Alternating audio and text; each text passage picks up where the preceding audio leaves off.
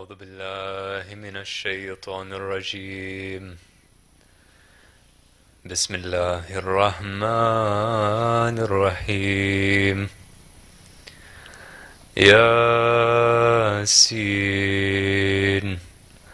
والقرآن الحكيم إنك لمن المرسلين على صراط مستقيم تنزيل العزيز الرحيم لتنذر قوما ما أنذر آباؤهم فهم غافلون لقد حق القول على أكثرهم فهم لا يؤمنون إنا جعلنا في أعناقهم أغلالا فهي إلى الأذقان فهم مقمحون وجعلنا من بين أيديهم سدا ومن خلفهم سدا فأغشيناهم فهم لا يبصرون وسواء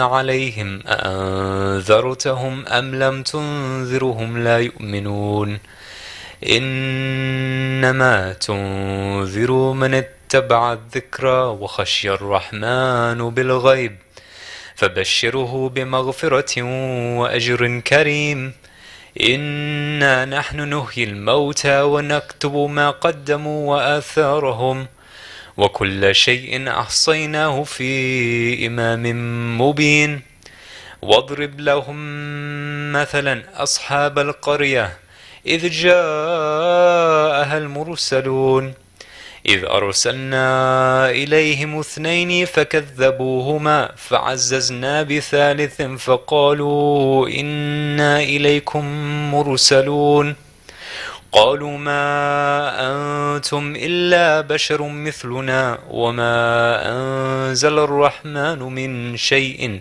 إن أنتم إلا تكذبون قالوا ربنا يعلم إنا إليكم لمرسلون وما علينا إلا البلاغ المبين قالوا إنا تطيرنا بكم لئن لم تنتهوا لنرجمنكم وليمسنكم منا عذاب أليم قالوا طائركم معكم أئن ذكرتم بل أنتم قوم مسرفون وجاء من أقصى المدينة رجل يسعى قال يا قوم اتبعوا المرسلين اتبعوا من لا يسألكم أجرا وهم مهتدون وما لي لا أعبد الذي فطرني وإليه ترجعون أتخذ من دونه آلهة إن يردني الرحمن بضر لا تغني عني شفاعتهم شيئا ولا ينقذون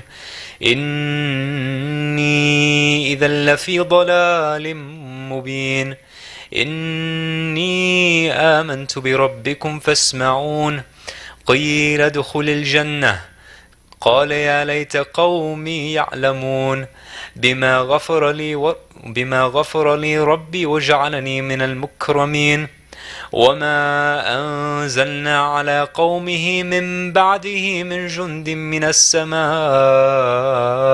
وما كنا منزلين إن كانت إلا صيحة واحدة فإذا هم خامدون يا حسرة على العباد ما يأتيهم من رسول إلا كانوا به يستهزئون ألم يروا كم أهلكنا قبلهم من القرون أنهم إليهم لا يرجعون وإن كل لما جميع لدينا محضرون وآية لهم الأرض الميتة أحييناها وأخرجنا منها حبا فمنه يأكلون وجعلنا فيها جنات من نخيل وأعناب وفجرنا فيها من العيون ليأكلوا من ثمره وما عملته أيديهم أفلا يشكرون سبحان الذي خلق الأزواج كلها مما تنبت الأرض ومن أنفسهم ومما لا يعلمون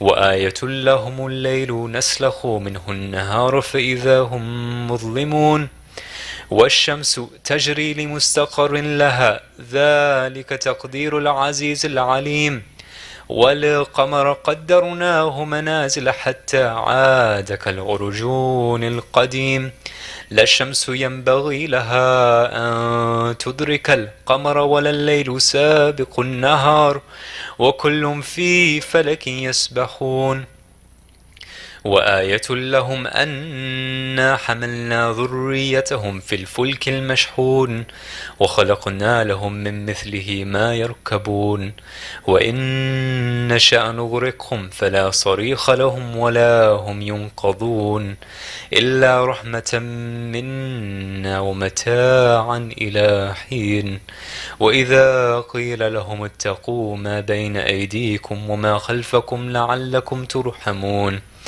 وما تأتيهم من آية من آيات ربهم إلا كانوا عنها مؤرضين وإذا قيل لهم أنفقوا مما رزقكم الله قال الذين كفروا للذين آمنوا أنطعم من لو يشاء الله أطعمه إن أنتم إلا في ضلال مبين ويقولون متى هذا الوعد إن كنتم صادقين ما ينظرون إلا صيحة واحدة تأخذهم وهم يخصمون فلا يستطيعون توصية ولا إلى أهلهم يرجعون ونفخ في الصور فإذا هم من الأجداث إلى ربهم ينسلون قالوا يا ويلنا من بعثنا من مرقدنا هذا ما وعد الرحمن وصدق المرسلون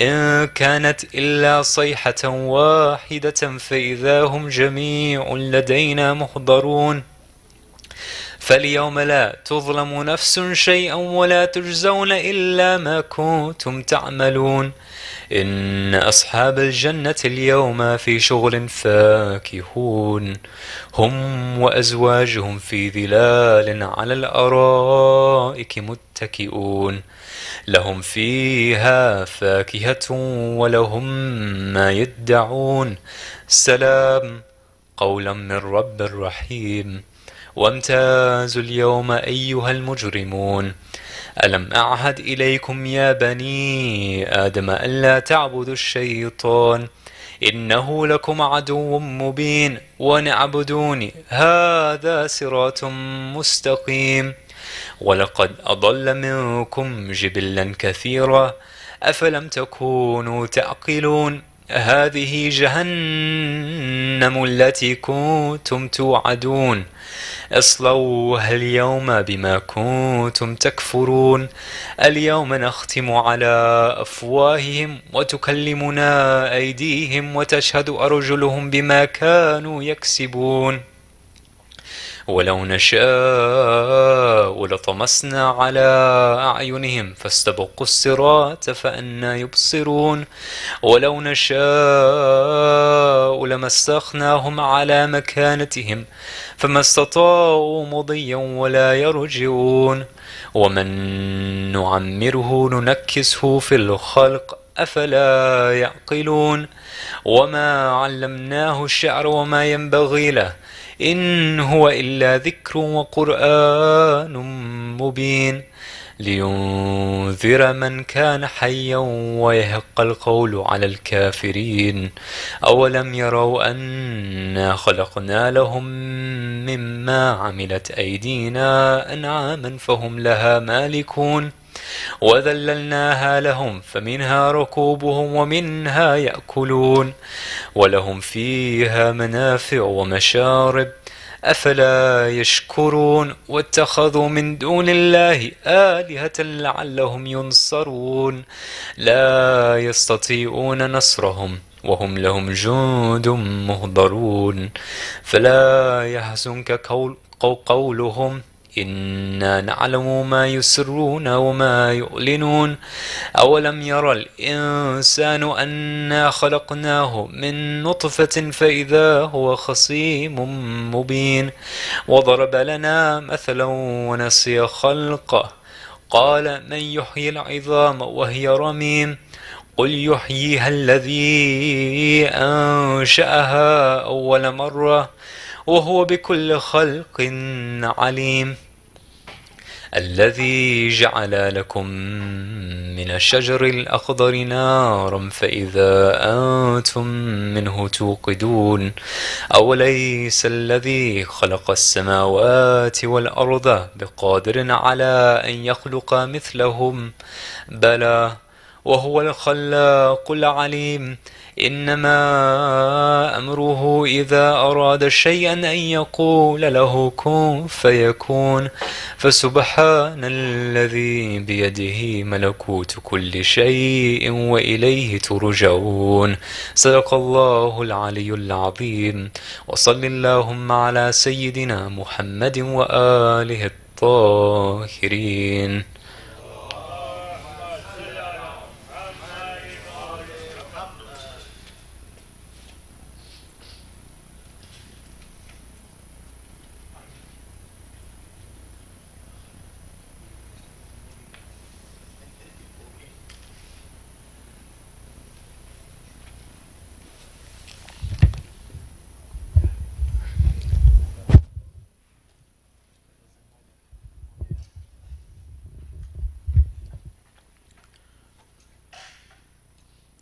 بسم الله الرحمن الرحيم.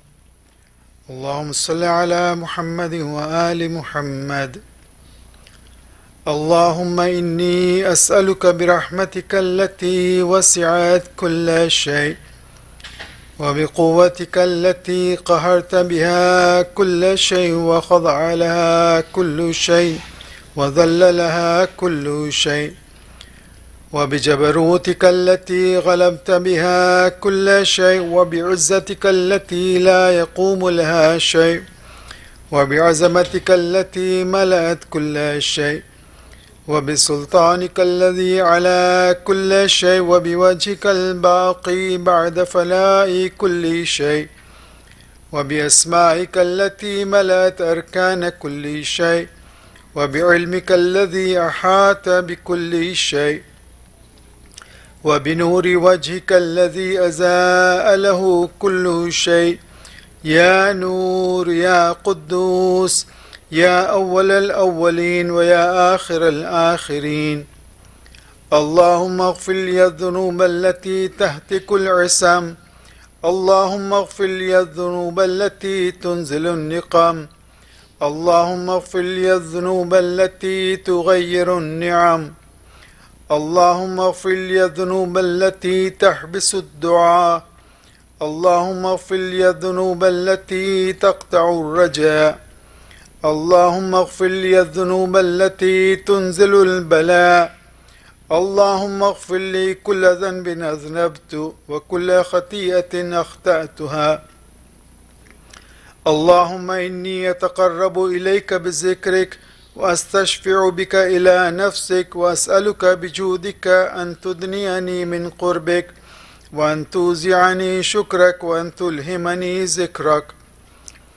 اللهم إني أسألك سؤال خاضع متذلل خاشع أن تسامحني وترحمني وتجعلني بقسمك راضيا قانعا وفي جميع الأهوال متوازعا. اللهم وأسألك السؤال من اشتدت فاقته وأنزل بك عند الشدائد حاجته وعزم فيما عندك رغبته.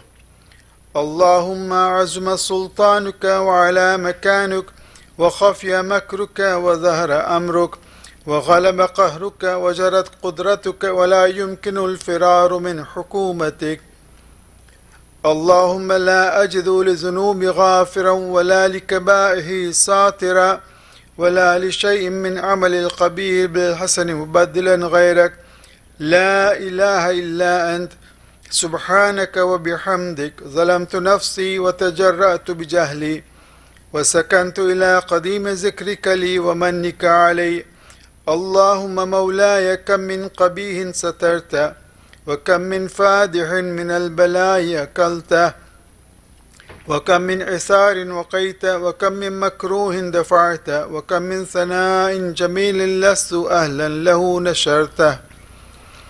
اللهم عزم بلائي وأفرط بي سوء حالي، وقصرت بي أعمالي، وقعدت بي أغلالي، وحبسني عن نفع بعد أملي، وخدعتني الدنيا بغرورها، ونفسي بجنايتها ومثالي. يا سيدي فأسألك بعزتك أن لا يحجب عنك دعائي سوء أملي وفعالي، ولا تفضحني بخفي ما اطلعت عليه من سري، ولا تعاجلني بالعقوبة على ما عملته في خلواتي من سوء فعلي وإساءتي ودوام تفريطي وجهالتي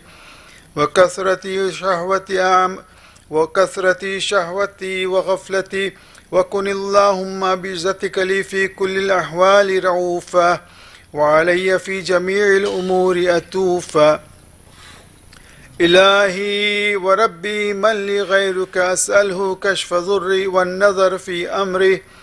إلهي ومولاي أجريت علي حكما اتبعت فيه هوى نفسي، ولم أحترس فيه من تزيين عدوي، فغرني بما أهوى وأسعده على ذلك القضاء، فتجاوزت بما جرى علي من ذلك بعز حدودك، وخالفت بعز أوامرك، فلك الحمد علي في جميع ذلك، ولا حجة لي فيما جرى علي فيه قضاؤك، وألزمني حكمك وبلاؤك. وقد أتيتك يا إلهي بعد تقصيري وإسرافي على نفسي، معتذرا نادما منكسرا مستقيلا، مستغفرا منيبا مقرا مذعنا معترفا، لا أجد مفرا مما كان مني، ولا مفزعا أتوجه إليه في أمري غير قبولك عذري وإدخالك إياي في السعة من رحمتك. اللهم فاقبل عذري وارحم شدة ضري، وفكني من شد وثاقي. يا رب ارحم ضعف بدني ورقة جلدي ودقة عظمي. يا من بدأ خلقي وذكري وتربيتي وبري وتغذيتي، هبني لابتداء كرمك وسالف برك بي. يا إلهي وسيدي وربي، أتراك معذب بنارك بعد توحيدك، وبعد ما انتوى عليه قلبي من معرفتك، ولهج به لساني من ذكرك، واعتقده ضميري من حبك، وبعد صدق اعترافي ودعائي خاضيا لربوبيتك. هيهات، أنت أكرم من أن تزيع من ربيت، أو تبعد من أدنيت، أو تشرد من آويت، أو تسلم إلى البلاء من كفيته ورحمت.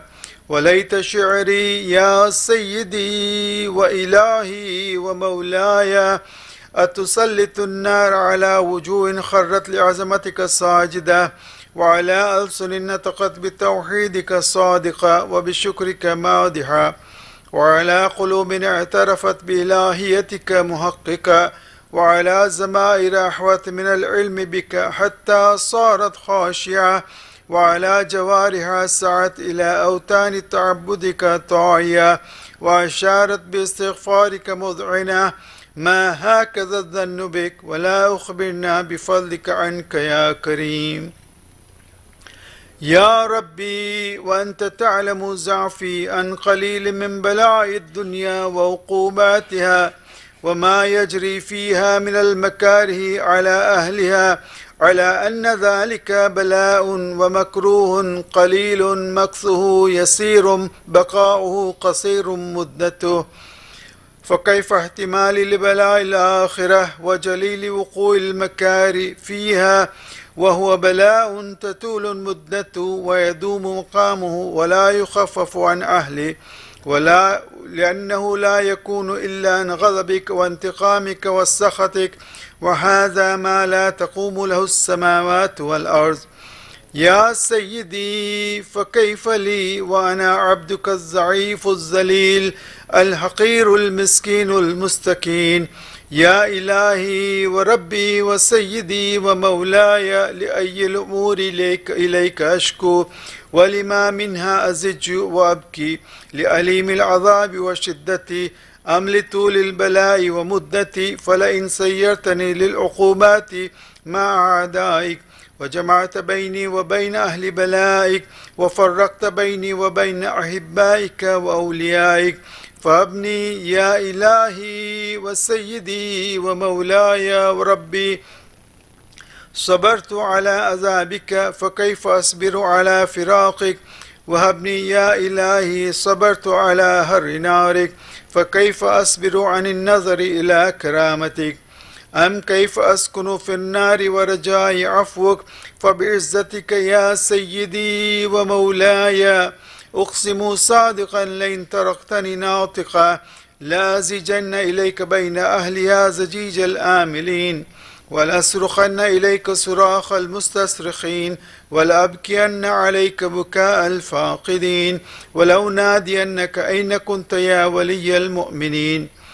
يا غاية آمال العارفين، يا غياث المستغيثين، يا حبيب قلوب الصادقين، ويا إله العالمين، أفتراك سبحانك يا إلهي وبحمدك تسمع فيها صوت عبد مسلم سجن فيها بمخالفته، وذاك طعم عذابها بمعصيته، وحبس بين أطباقها بجرمه وجريرته، وهو يزج إليك زجيج مؤمل لرحمتك، ويناديك بلسان أهل توحيدك، ويتوسل إليك بربوبيتك يا مولاي.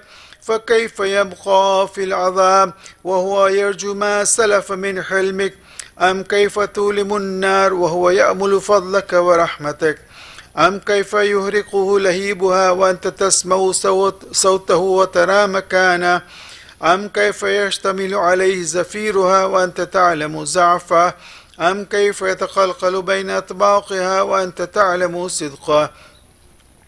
أم كيف تزجره زبانيتها وهو يناديك يا ربه؟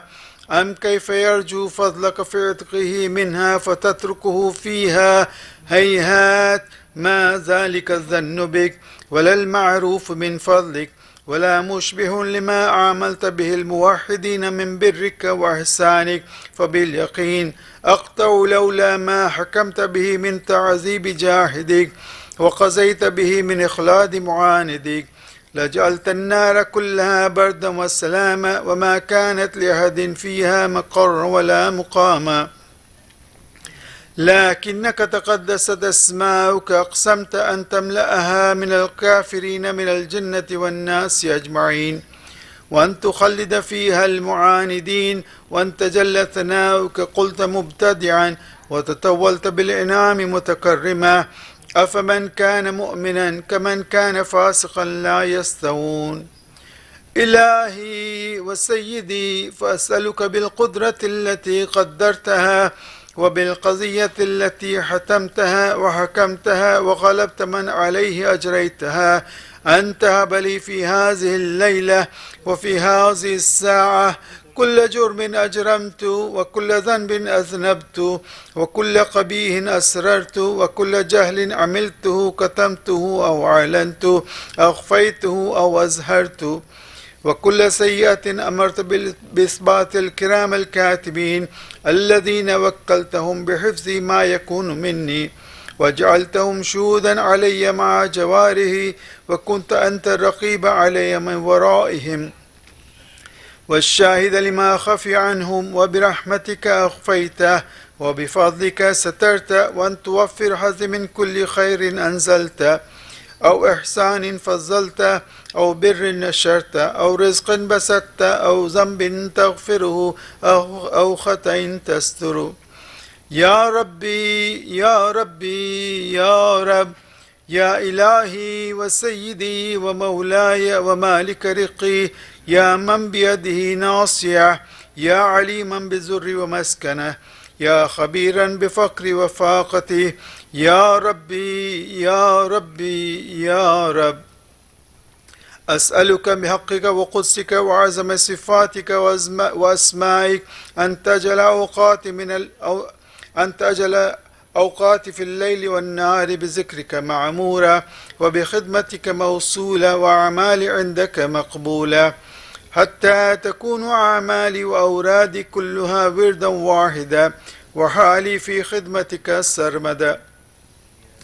يا سيدي يا من عليه مؤولي يا من إليه شكوت أحوالي يا ربي يا ربي يا رب قوي على خدمتك جواره واشدد على العظيمة جوانه وهب لي الجد في خشيتك والدوام في الاتصال بخدمتك حتى أسرع إليك في ميادين السابقين وأسرع إليك في المباردين واشتاق إلى قربك في المشتاقين وأدنو منك دنو المخلصين وأخافك مخافة الموقنين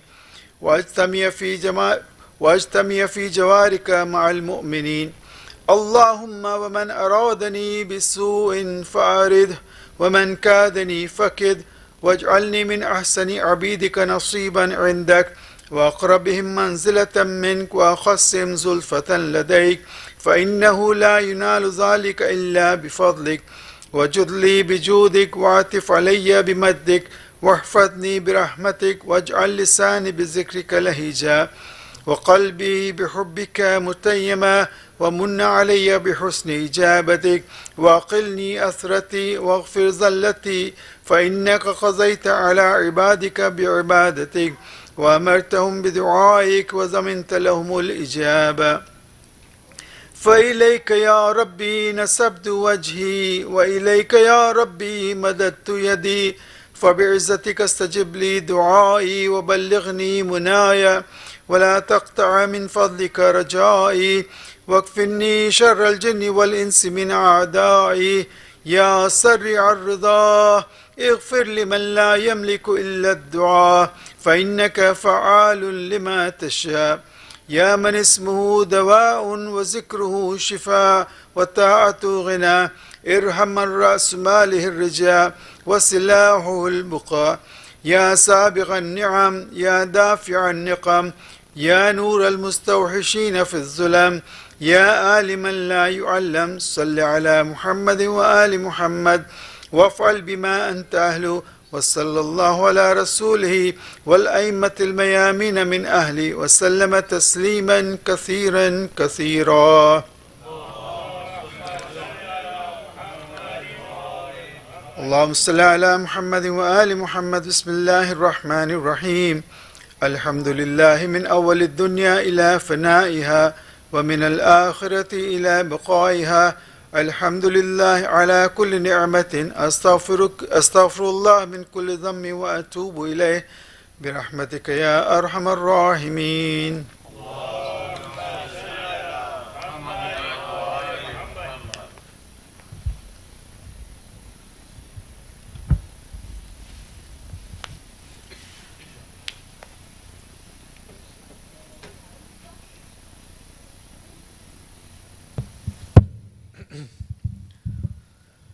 Sheikh Bilal, Dr. Dungarsi, respected elders, brothers and sisters in Iman, Assalamu alaikum wa rahmatullahi wa barakatuh. Tonight's program has been sponsored for the Ithal Thawab of Marhum Hussein Sheni Jaksi. Al-Fatiha.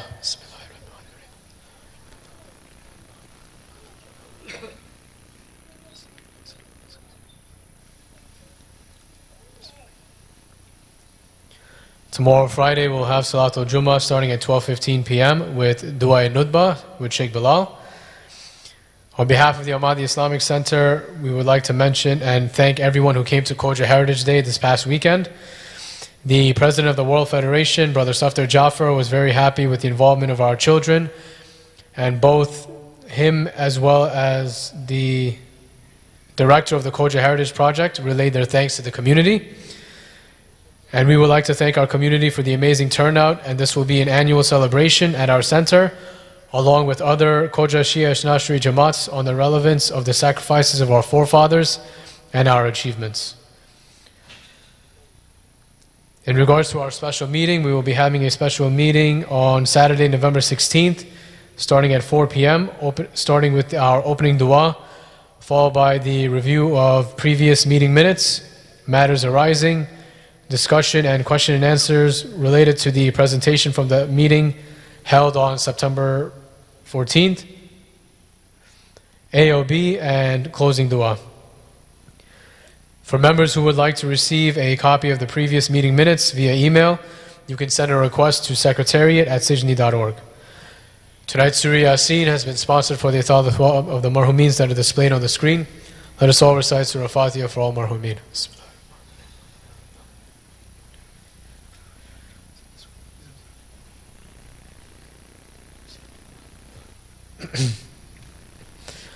Just a quick announcement, as we are urging members to please refrain from putting coins in the Sadqa and Imam Zamin boxes, as it becomes extremely difficult when it comes to making our deposits.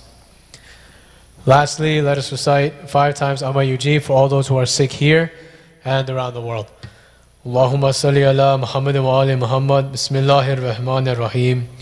Amma yujibul mustarriza da'u wa yakshifu su. Amma yujibul mustarriza da'u wa yakshifu su. Amma yujibul mustarriza da'u wa yakshifu su. Amma yujibul mustarriza da'u wa yakshifu su. Amma yujibul mustarriza da'u wa yakshifu su. Allahumma salli ala Muhammad wa ali Muhammad. Please recite aloud salawat for Sheikh Bilal. Allahumma salli ala Muhammad wa ali Muhammad.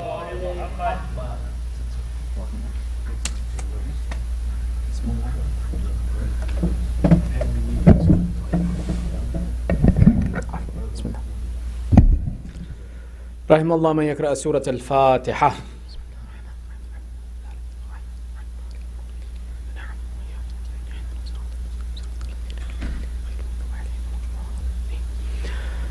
أعوذ بالله من الشيطان الرجيم. بسم الله الرحمن الرحيم. ربي اشرح لي صدري ويسر لي أمري واحلل عقدة من لساني يفقهوا قولي. الحمد لله رب العالمين، ثم الصلاة والسلام على سيدنا ونبينا وحبيب إله العالمين أبي القاسم محمد. اللهم صل على محمد وعلى آله الطيبين الطاهرين المعصومين، واللعنة على أعدائهم أجمعين من الآن إلى قيام يوم الدين. أما بعد، فقد قال الله تعالى في محكم كتابه الحكيم: بسم الله الرحمن الرحيم.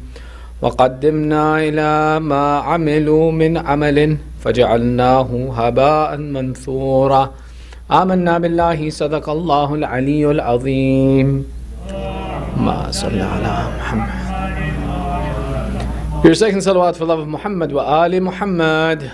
Allahumma salli ala Muhammad wa ali. And your loudest salawat for ta'jil faraj sahib al-asr wa zaman. Allahumma salli ala Muhammad wa ali. Briefly, in our discussion around fiqh, we'll mention a different topic for tonight than we have previously been discussing, which is maybe sensitive. I'll try to be careful with how to introduce this topic. In terms of the etiquette of the restroom. And one of the conditions of the etiquette of restroom is that one does not use the restroom with facing the direction of Qibla or with their back to the direction of Qibla. Many of our fuqaha historically have said that this action is haram, it's forbidden to have faced the direction of Qibla when relieving our bowels or have our back to the direction of Qibla. Sayyid Sistani actually says it's ihtiyat wujuban, that it's not wajib within itself, but as a mandatory precaution that one does not evacuate their bowels facing the direction of Qibla or with their back to the direction of Qibla. Some fuqaha, rarely throughout history, have said this action is makruh, that it's disliked but it's possible. But contemporarily the opinion relies on either that it's haram or that ihtiyat wujuban, it's haram, meaning obligatory precaution that you have to treat it as haram, but we won't say for a fact that it's haram. It comes from a narration from our 8th Imam Ali ibn Musa al-Rida alayhi salam, where he forbade this action. And he said, don't have your face in the direction of Qibla or your back to the direction of Qibla when evacuating your bowels. And that hadith in itself is sufficient for us to know that this is something that's disliked and it's not a good thing to do. And on the basis of this comment, or on the basis of this hadith, many have said that it's forbidden. Now, what this means to us in practicality is that there's two ways of dealing with this. One, that for example, first and foremost is that if I'm conscious of this ruling, then I should pay attention to when I go to a restroom, that is this facing the direction of Qibla, or does it have its back to the direction of Qibla? And that I'm conscious of it. If I'm not conscious, meaning I'm not paying attention to it, or I don't realize it, or it doesn't cross my mind, it's not obligatory, or it's not a sin for me to use the facility without realizing this. Or let's say, for example, I completely forgot the ruling entirely, and I didn't pay attention. Not a sin. But if I'm conscious of this, and I know this ruling, then I have to pay attention to make sure that, hey, the toilet isn't with its front or its back to the direction of Qibla. To be not facing Qibla, I don't have to change the entire, for example, break the toilet. That's not what I have to do, but I have to change the angle on which I evacuate my bowels by 5 degrees. Not 5 degrees, 10 to 15 degrees is what they say, but 10 degrees is not that much of a shift to change or to angle the way that I sit when using the facilities to make sure that it's not exactly facing the direction of Qibla. 15 degrees is preferred according to some ulama, but many say that even 10 to 15 degrees of shifting your angle of how you sit when you evacuate your bowels or how you use the rest facilities is sufficient that it's no longer considered facing Qibla. So for example, if I go to someone's house, or let's say even in my own house, I didn't pay attention, all I have to do is turn a little bit away from Qibla and I'm fine. I don't have to change the entire facility. If I go to someone's house and I find that their toilet is facing in this direction, I have to change how I behave, meaning that I become aware and I'm conscious of it, so I change my angle and I sit differently. But it's not wajib on me to go to them and say, hey, your toilet faces Qibla. Fix it. Or you can't sit on your toilet. That's not my obligation to tell. And same thing, if a person is ignorant of the rule in this particular case and they do it without knowing or they forget, it's not a sin for them. So we don't force it upon others. Which is why one of the solutions to this problem is simply just change the angle of how you're sitting slightly to one side or the other and problem is solved. The other solution that, for example, is possible is, if it happens to be in my house, rebuild the bathroom, change the bathroom. And the description of this, as someone who went to one of the ulama and said, seriously, that costs a lot of money. And the reaction of the scholar was, he says, money today for your akhirah tomorrow. That it's a small investment to make when my intention is to submit to the command of Allah, and that Allah provides sustenance for the one who intends to follow His command. So for us, this recommendation that, for example, that should I have in my house a facility that faces in a direction of Qibla or back to Qibla, yeah, I can still survive with that situation, it's not a problem.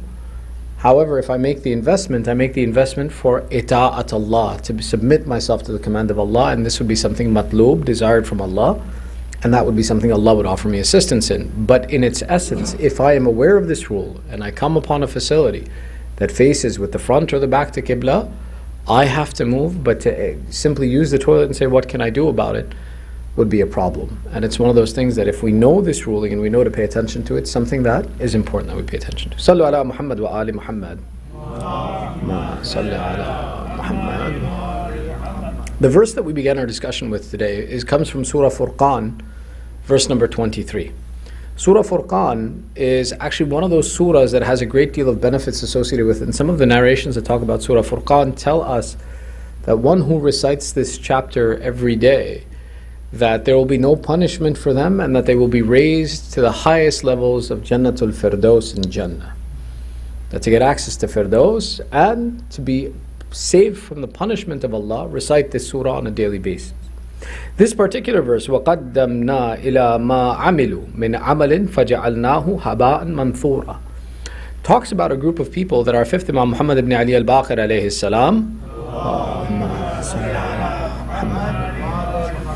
Imam Baqir describes, and he says, on the Day of Judgment there will be a group of people whose countenance will be beautiful, and they will be people that others will envy in their beauty, and they will proceed in front of Allah covered in light and bounty, and will look like they have received the mercy of Allah, and they will stand in front of Allah, and then Allah will wipe away their deeds, and it will be as if they didn't exist, and they have nothing and no reward for them for the actions that they committed.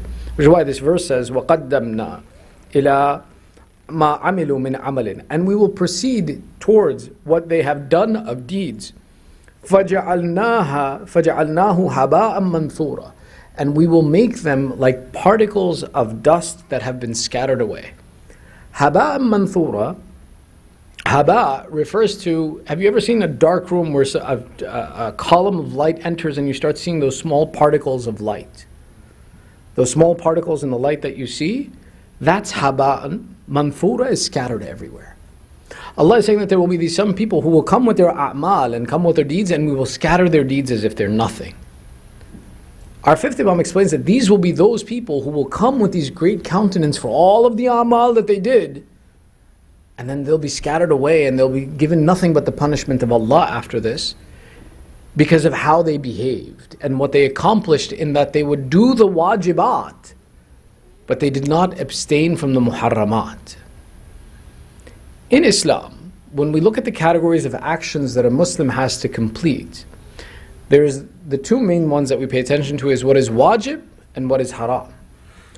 There exists, per this verse, a conversation about people who do all of the wajibat. They do all of the things that are mandatory and necessary to do. But when it comes to the muharramat, they're careless about them. They perform those actions as well too. So they'll pray 5 times a day, they'll fast, and they'll also go to McDonald's and pick up a Big Mac, na'uzubillah, for many reasons. But the argument is that the same way that I have to pay attention to what Allah wants me to do, I have to pay significant attention as well to what Allah doesn't want me to do. And I need the combination of both of these efforts to achieve success in the eyes of Allah. These sins that we're talking about have an impact on us the same way that, for example, and they can wipe away the good benefits that we achieve from the good deeds that we're performing. An example that's given of this is the idea of, for example, a patient, a person who's sick. Let's use diabetes. He's sick, he has a problem with sugar, goes to the doctor. Doctor says, take this medication and it will cure your diabetes. It'll reduce the issue of sugar that you have. Person says, thank you very much. Goes home and now regularly he eats his medication. But as he eats his medication, he'll eat a donut from here. He'll eat something else that he's forbidden from here. He'll eat this other thing from here. And then he goes back to the doctor. And he says, doctor, I took the medication, but I still feel horrible. And the doctor turns, he says, well, what's going on with your diet? He says, what about my diet? I'm eating food. He says, no, you had to change your diet as well too. The medication itself won't work if you don't abstain from all these bad things that are harmful to you. In the same consequence, we talk about a'mal al-khair, good deeds, wajibat. Allah commanded me fast. Allah commanded me pray. Allah commanded me zakat, khums, hajj, did all of those things. But then when I didn't abstain from the sins that He told me to abstain from, I didn't receive the benefit of the rewards, my good deeds. كَانَ فَجَعَلْنَاهُ هَبَاءً مَنْثُورًا. Those good deeds became wiped away. So the topic to briefly mention is that the impacts of the sins that we make, that there are 4 ways that even if you do all of a'mal al-khair, but if you don't pay attention to the sins, these sins will impact your life in 4 different ways, and we'll mention those 4 ways tonight with your loudest of salawat ala Muhammad wa ali Muhammad. The first of these effects of these sins is exactly that it wipes away our good deeds. That we can do all of the khair that we want, but if we're not paying attention to the commands of Allah and what He has forbidden us, all of those good deeds can be wiped away. And one of the best examples of this is a hadith from our Holy Prophet Rasulullah sallallahu alayhi wa sallam. Our Prophet turned to a group of his companions and he said to them that Man alladhi qala subhanallah. Allah creates one who says the word subhanallah. Allah creates a tree in heaven for him. And then he continued, whoever says alhamdulillah, Allah creates a tree in heaven for him. Then he says, whoever says la ilaha illallah, Allah creates a tree in heaven for him. Whoever says Allahu Akbar, Allah creates a tree in heaven for him. One of these companions turns and says, Ya Rasulullah, then I bet I have a forest in heaven by now. I bet I have so many trees. We're constantly doing tasbih and zikr, subhanallah, walhamdulillah, wa la ilaha illallah, wallahu akbar. We're always saying this. The aspect of tasbih, even in those times, was something common amongst the believers. Our Prophet replied and he said, yes, but be careful that you don't set a fire in your own gardens for yourself. The statement of the Prophet was to explain that from the one side you're doing these good deeds, you're getting this thawab, you're planting these trees in heaven for yourself. But at times your sins will come out and burn that entire forest out and you destroyed it. With your own actions, you took away the good that you earned by your misbehavior and your misdeeds. That there is a reward that you're saying, I want to attain this reward, so I will, for example, recite Surah Furqan every day. I want to be in heaven. I want to receive no punishment. But then on the contrary side, I did this to get the reward, but I also committed the sins against Allah that would wipe away the benefits that I could achieve. In this way, we have to be careful that the sins that we're committing aren't wiping away the good that we want to attain. That the same way I want to do the good deeds, I have to pay attention that I don't perform the sins. The second of the negative impacts that we have from this performing of sin is the description where we see the Ahlul Bayt explain to us that one who commits a sin creates a black dot in his heart. And if you seek istighfar, Allah wipes away that black dot. And if you don't seek istighfar and you sin again, it increases and increases and increases. The concept of committing sin, what it does when it increases in us and creates a black dot in us, that black dot does two things. It hinders us from performing and going back to good deeds. That, for example, I find that suddenly I don't have a desire to pray Salatul Layl. I don't have the desire to recite Quran. I don't have the desire to perform those good deeds that I was counting on to make sure that I would attain the reward from Allah.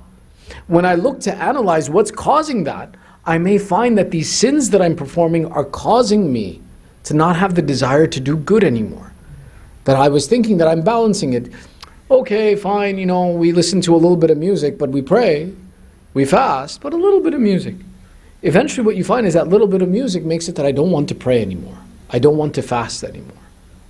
The worst aspect of this is that black dot attracts other black dots. Meaning what?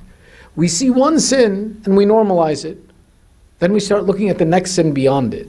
That's greater and bigger. And we start becoming more and more comfortable. And we lose our hope in Allah that we should stay away from these sins and go in the right direction. And we start saying, well, if I'm committing this sin, then what's the big deal if I commit another one? This aspect of being okay, that even if I'm doing all my wajibat, but I say, I just commit this one sin, what's the big deal? That one sin can be sufficient to take us away from all of our goodnesses and cast us into perdition, cast us into difficulty, because I was okay with it. So it became worse and worse and worse. One of the concepts that deals with this is called the concept of jurrat, tajarri, which essentially says that I become so bold that I perform an action that with the intention that it is haram, even though I know it's haram, even though it may not eventually turn out to be a sin. For example, I went to the restroom, I believe the direction to be Qibla, and I said, what am I going to do about this? And I used the facilities. Even though I knew that if this is the direction of Qibla, it would be sin. In the end, it turns out, alhamdulillah, it wasn't the direction of Qibla. That's called jurrat. That jurrat comes from where? It comes from the aspect that the sin that I committed, I considered it to be little and insignificant, so that it didn't prevent me from committing the next sin and the next mistake that I made. The third of these, with your loudest of salawat ala Muhammad wa ali Muhammad.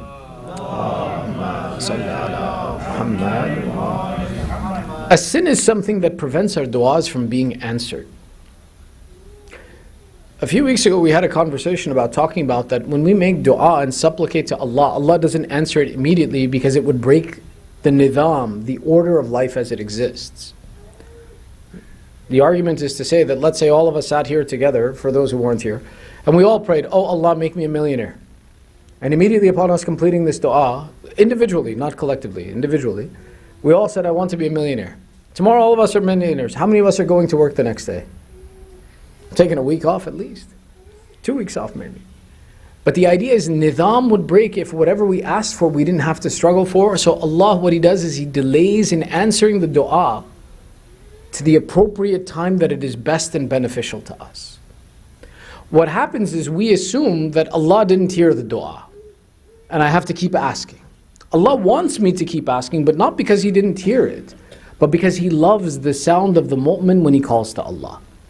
Allah explains and He says in Hadith Qudsi, that there are those of my believers, I love them when they call me, so I delay answering their hajjahs, so they keep coming to me and I keep hearing them supplicate me.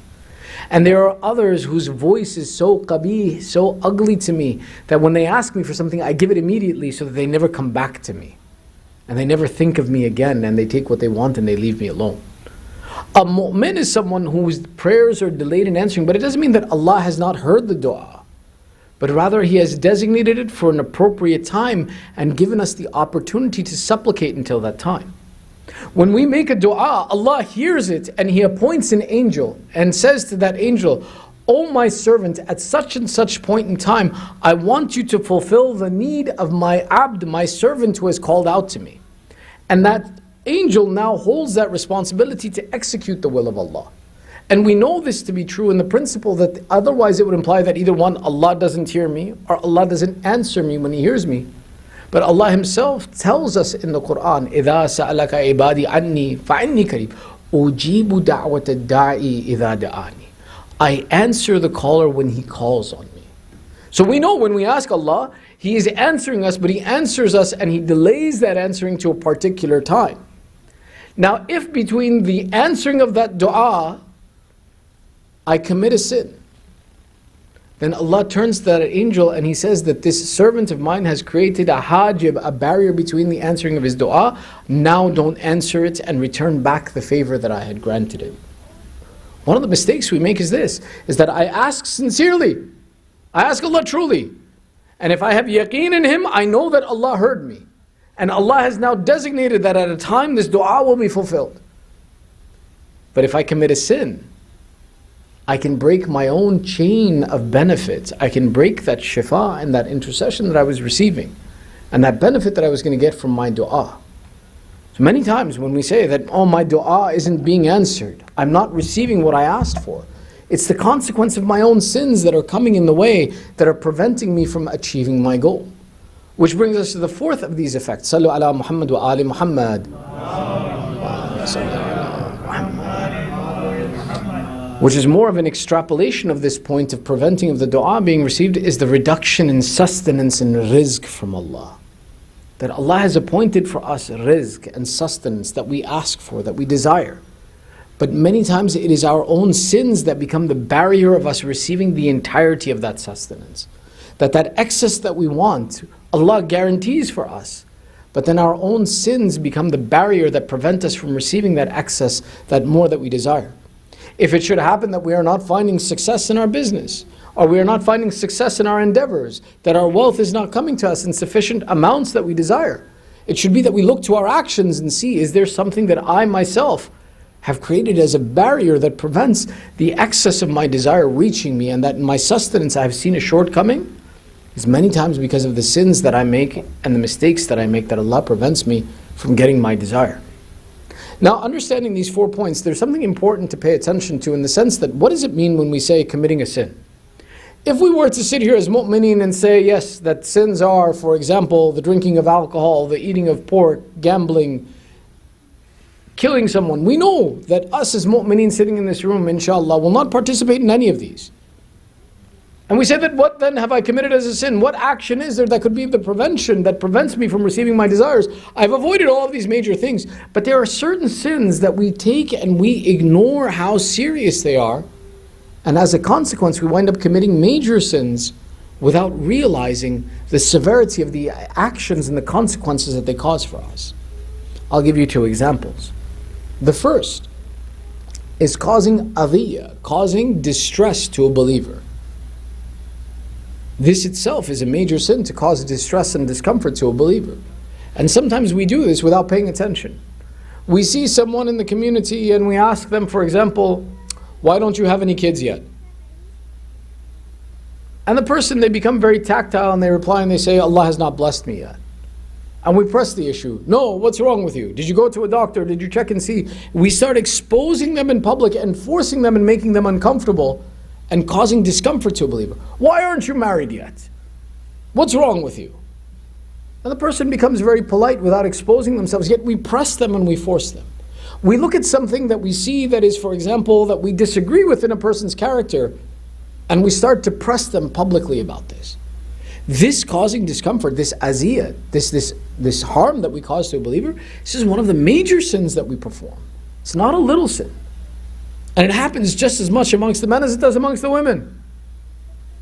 Where, for example, every time you know that you're going to see such and such lady, she's going to question you about your house and why you don't have children, why aren't you married, what are you doing with your life? And eventually what happens is that you yourself don't want to be in that environment, and that you become uncomfortable amongst mu'mineen. That's a major sin. That's a big mistake that we make. Another big mistake that we make is when we, for example, cause someone embarrassment and we take from them through the rule of embarrassment. I'll give you an example. Let's say, for example, a person is sitting here and they're wearing a very nice ring, and in the middle of everyone you come up to them and say, hey, give me that ring. Years ago, we know that Sayyid Khamenei was sitting there and someone came up to him and said, give me your ring. And the fact that he did it in the middle of everyone and it was recorded, he expected a good answer. He tried to create embarrassment, he tried to create haraj, force upon this person to get this item from Sayyid Khamenei. Sayyid Khamenei said to him that, no, I won't give it to you. You can get something else. Someone else will give you something else. He says, no, I want this ring off of your hand. Sayyid said, no. That act within itself is a sin. That I'm now putting the person in a situation of embarrassment and difficulty. That now people will have a negative opinion about Sayyid Khamenei. Oh, look how mean he is. He doesn't give him when someone asks. This in itself is a mistake. And as a matter of fact, the masdar of this goes back to a narration of our ninth Imam, Muhammad ibn Ali al-Jawad alayhi salam. It happens that our Imam is sitting in a majlis with many people, and someone comes in and in the middle of everyone starts a very loud conversation with the Imam. And he says, Ya Ibn Rasulullah, Ya Imam al-Jawad, I know that I owe you a lot of money. I want you to reduce that money. Why do you have to take all of it? Forgive that money for me. And he's making sure that everybody is listening and watching the reaction of Imam Jawad. And because of the Jawad, the generosity of the Imam and the status of the Imam, he says, I forgive that amount to you, I don't need any money from you. And the person says, thank you very much, and he considers himself very clever that I forced the Imam into a situation that made him forgive my debt. And he leaves very proud of himself, thinking he's very clever. The companions of the Imam turned to him and said, Ya Ibn Rasulullah, why did you forgive him? Is that the right thing to do? Does he think that this is okay? And the Imam replies and he says, do you think he won't be questioned about that? Do you think that he will be okay, that Allah will not be upset with him, that he tried to embarrass me? And the Imam makes a very important statement. He says that one who forces another to give out of embarrassment is the same as the one who usurps a property from a person. That this forcing to give and forcing and embarrassing someone into the situation is the same as if you took ghasab from them and usurped from them. How great a sin is something usurped? It's a very big sin. It's not something we take lightly. But here, we're ignorant of the fact that embarrassing someone, putting them in haraj, putting them in difficulty, is something that will force me to commit a sin and reduce in my own reward in the eyes of Allah and reduce what I can achieve from them. These are sins that we have to pay attention to. It may be that our test is not alcohol. Our test is not eating, na'uzubillah, haram meats, ajallakumullah, or eating things that are inappropriate, or going to bars and clubs. That's not our test. But that doesn't mean that there aren't sins that are barriers for us, that are problematic for us, that can cause us trouble and difficulty in life. And as we increase in these sins and these mistakes, it reduces in all four of these ways the benefits that we can achieve. But the same way that we can have these sins that reduce in our status, there are items that when we perform for the sake of Allah, He increases in our tawfiq and reward. And with that, we'll end with a positive story with loud salawat ala Muhammad wa ali Muhammad.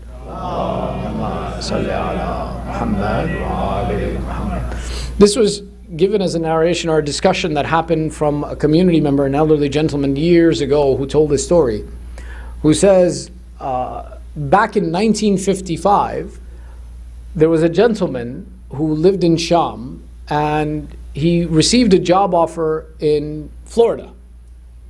And he decided in 1955 that he was going to migrate to Florida to take the job, and he had a family. They were a family of 5. It was him, his wife, and 3 daughters. And what he did was he said to his family, he said that I'll go first, I'll get settled, and then I'll send for you to come afterwards. I'll find a house, I'll find a place to live, I'll see how the job is, make sure we can manage everything, make sure it's a good opportunity, then close up the house and follow me. And sure enough, he moved to Florida. I don't think it was Miami. He moved to Florida and he got settled, found a house, the job was good, he found a comfortable place. So he called his wife and he says, bring the girls, come. In those days, the way that the flights worked is that they would fly into New York because that was the major hub, and then take a local flight from New York down to Florida. So sure enough, the mother takes the 3 daughters and they proceed. And sure enough, they leave Shab, they fly into New York, and when they get to New York, they get to customs. When they get to customs, at that point in time, 1955, today we have problems with the culture of them understanding how Islam works. In those days, people didn't really understand. So when it came time to get the visa approved for entry, they said, we have to take your picture, take off this scarf, and then we have to take your picture. So the mother went first, and again, she didn't understand the language well, she didn't understand the difficulty well. She tried to say that, no, this is part of my religion, and they didn't understand, and she didn't understand. And she realized that my connecting flight to Florida is in an hour, I need to get through this customs process. So she says, Yalla khair. She takes off her hijab, they take the picture. Then the older daughter comes, she sees what her mother did, she sees what went on. The person, again, not realizing, says, take off your hijab, we have to take your picture for your passport, for your visa. She takes off her hijab. The next daughter comes, she takes off her hijab. They say the third daughter, who was 13 years of age, when she stood forward, she hadn't been paying attention. They came off a very long flight. They said to her, take off your hijab, we have to take your picture. She said, no, I won't. They said, no, you have to take off your hijab, we have to take this picture. Your mother did it, your sisters did it. And on the other side, the mother and sisters are, Yalla, hurry up, we have to catch our flight. She says, no, this is Islam. I won't take this risk. And there begins an argument between this agent and the child. And the child is saying the words of confidence, of faith, that no, this is my iman. I won't sacrifice my iman. And the agent is saying that I won't let you into the country without it. She says, don't let me into the country. Eventually they went and they called the supervisor, they called the translator, they went through the entire process, and eventually when the supervisor comes and he hears the whole story, he says, fine, take her picture with the scarf and then let her go. By the time all this goes on and they take her picture with the scarf and he understands and appreciates religion, freedom of religion, all these things, they realize that they've missed the flight entirely. And now the agents come and they say, you missed your flight. They book them on the next flight, which is 2-3 hours later, and they sit there and they wait now. And as they're sitting and waiting, the mother and the sisters are berating this little girl, saying, because of you, because of you, because of you. Eventually they get on the plane, they say, Khaliha, leave it. They get on the plane and they proceed to Florida. When they get to Florida, they come out and they're like, how will we find our father now? We were supposed to be on the other flight, we were supposed to do this, so on and so forth. As they're figuring out how will they solve this situation, how will they get through this problem, they say that we walked into the airport, we saw our father sitting there crying. We said, what happened? Why are you crying? And he looked at us as if we were ghosts. And he became scared. When we asked him, why are you scared? He says, as far as I'm concerned, you're dead. I'm waiting for them to tell me where I can find your body or what to do with next. They said, how are we dead? He says, that flight that you were supposed to be on that you missed, the entire plane crashed. And everyone in that plane died. And I had no way of knowing that you weren't on that plane. I had no way of knowing that you didn't come on that flight. So I was sitting here waiting to find out, what do I do to find the deceased bodies, or what's the process now that you're all dead? And he says, Alhamdulillah, you've come back to me alive.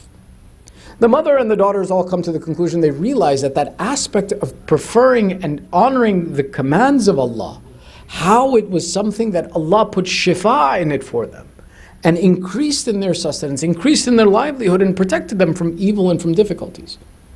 And the same is true for us, that it's true that when we see some of these actions that Allah has commanded us, it may seem like so insignificant. What's the point? What's the point of paying attention to which direction the toilet faces? Who's going to know?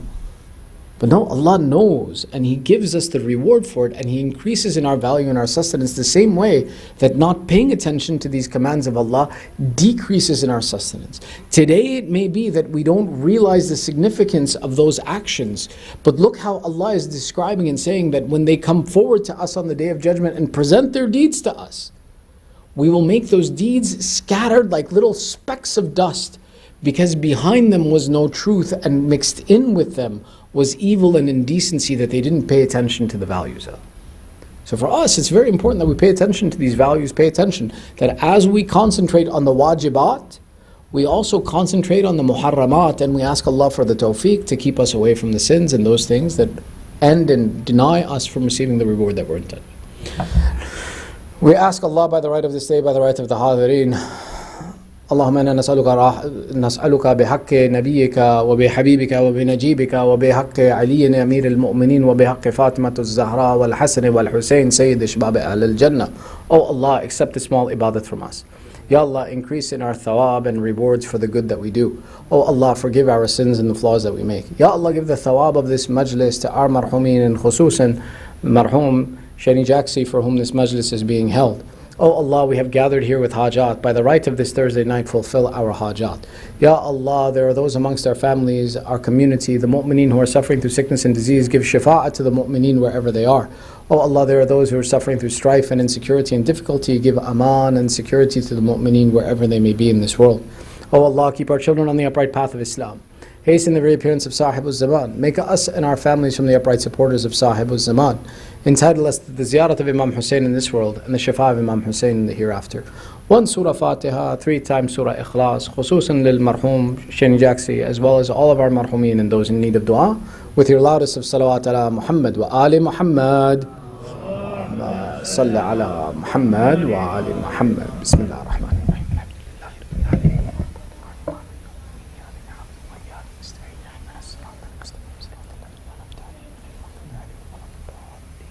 Bismillah ar-Rahman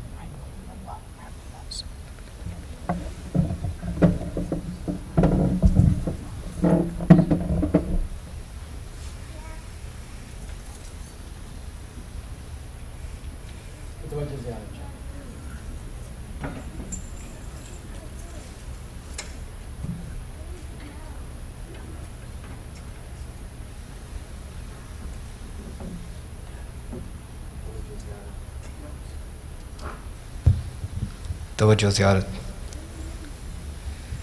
اللهم صل على محمد وآل محمد. اللهم صل على محمد وآل محمد. بسم الله الرحمن الرحيم. السلام عليك يا رسول الله يا نبي الله. السلام عليك يا أمير المؤمنين يا علي بن أبي طالب. السلام عليك يا فاطمة الزهراء يا سيدة النساء العالمين. السلام عليك يا حسن المجتبى. السلام عليكم ورحمة الله وبركاته. السلام عليك يا وارث آدم صفة الله. السلام عليك يا وارث نوح النبي الله. السلام عليك يا وارث إبراهيم خليل الله. السلام عليك يا وارث موسى كليم الله. السلام عليك يا وارث عيسى روح الله. السلام عليك يا وارث محمد حبيب الله. السلام عليك يا وارث علي أمير المؤمنين عليه السلام ولي الله. السلام عليك يا محمد المصطفى. السلام عليك يا ابن علي المرتضى. السلام عليك يا ابن فاطمة الزهراء. السلام عليك يا ابن خديجة الكبرى. السلام عليك يا ثار الله وابن ثار والوتر الموتور. أشهد أنك قد أقمت الصلاة وآتيت الزكاة وأمرت بالمعروف ونهيت عن المنكر وأطعت الله ورسوله حتى أتاك اليقين. فلعن الله أمة قتلتك ولعن الله أمة ظلمتك ولعن الله أمة سمعت بذلك فرضيت به. يا مولاي يا أبا عبد الله أشهد أنك كنت نورا في الأصلاب الشامخة والأرحام المطهرة. لم تنجسك الجاهلية بأنجاسها ولم تلبسك من مظلمات ثيابها. وأشهد أنك من دعائم الدين وأركان المؤمنين. وأشهد أنك الإمام البر التقي الرضي الزكي الحادي المهدي. وأشهد أن الأئمة من مولد كلمة التقوى وعلام الهدى والعروة الوثقى والحجة على أهل الدنيا. وأشهد الله وملائكته وأنبياءه ورسله أني بكم مؤمن وبي بكم موقن بشرائع دين خواتيم عملي وقلبي لقلبكم سلم وأمري لأمركم متبع. صلوات الله عليكم وعلى أرواحكم وعلى أجسادكم وعلى أجسامكم وعلى شاهدكم وعلى غائبكم وعلى ظاهركم وعلى باطنكم. السلام عليك يا ابن رسول الله. السلام عليك يا ابن نبي الله. السلام عليك يا ابن أمير المؤمنين. السلام عليك يا ابن الحسين الشهيد. السلام عليك أيها الشهيد وابن الشهيد. السلام عليك أيها المظلوم وابن المظلوم. لعن الله أمة قتلتك، ولعن الله أمة ظلمتك، ولعن الله أمة سمعت بذلك فرضيت به. السلام عليكم يا أولياء الله وأحباء. السلام عليكم يا أصفياء الله وأوداء. السلام عليكم يا أنصار دين الله. السلام عليكم يا أنصار رسول الله. السلام عليكم يا أنصار أمير المؤمنين. السلام عليكم يا أنصار فاطمة سيدة النساء العالمين. السلام عليكم يا أنصار أبي محمد الحسن بن علي الولي الزكي الناصح. السلام عليكم يا أنصار أبي عبد الله بأبي أنتم أمي طبتم، وطابت الأرض التي فيها دفنتم، وفزتم فوزا عظيما، فيا ليتني كنت معكم فأفوز معكم. السلام عليك يا أبا الفضل العباس بن أمير المؤمنين. السلام عليك يا ابن السيد الوصيين. السلام عليك يا ابن أول القوم إسلاما وأقدمهم إيمانا وأقومهم بدين الله وأهوطهم على الإسلام. أشهد لقد نصحت لله ولرسوله ولأخيك فنعم الأخ المواسي. فلعن الله أمة قتلتك، ولعن الله أمة ظلمتك، ولعن الله أمة استخلت منك المحارم وانتهكت حرمة الإسلام. فنعم الصابر المجاهد المحامي الناصر، والأخ الدافع عن أخيه المجيب إلى طاعته ربه الراغب فيما زهد فيه غيره من الثواب الجزيل والثناء الجميل، والحقق الله بدرجة آبائك في جنات النعيم. السلام عليكم ورحمة الله وبركاته. السلام عليك يا أئمة المسلمين علي بن الحسين ومحمد بن علي وجعفر بن محمد وموسى بن جعفر وعلي بن موسى ومحمد بن علي وعلي بن محمد والحسن بن علي. السلام عليكم ورحمة الله وبركاته. السلام عليك يا مولانا يا صاحب العصر والزمان. السلام عليك يا خليفة الرحمن. السلام عليك يا شريك القرآن. السلام عليك يا كعبة الإيمان. السلام عليك يا إمام الإنس والجان ورحمة الله وبركاته.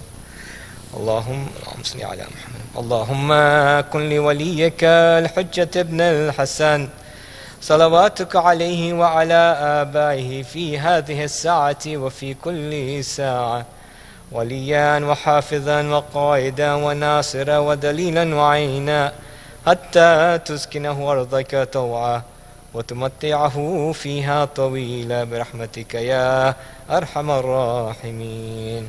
اللهم صل على